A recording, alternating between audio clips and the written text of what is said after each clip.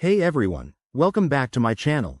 Today, we're tackling a super practical topic: how to transfer USDT from your Trust wallet to your bank account in 2025. If you're into crypto and want to convert your holdings into real cash, this step-by-step guide will make it easy and straightforward. Let's dive right in. First off, quick refresher.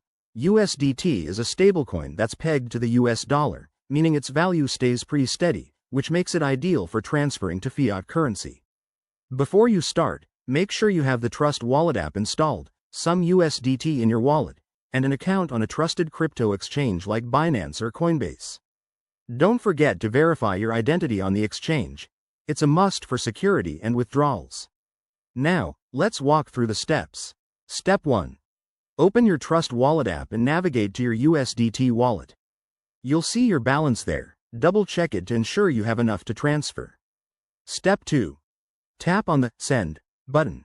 Enter the wallet address of your crypto exchange for USDT, and confirm the amount.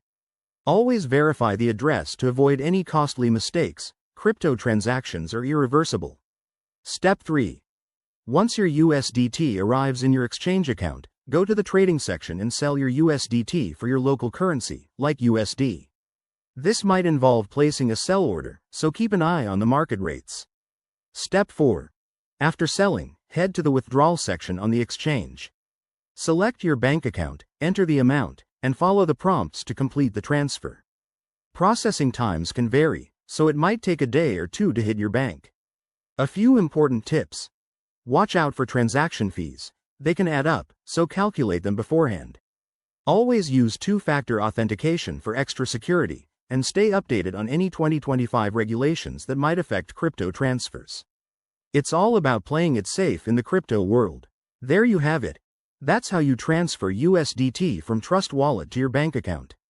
If this helped you out, hit that like button, subscribe for more guides, and drop a comment below if you have questions.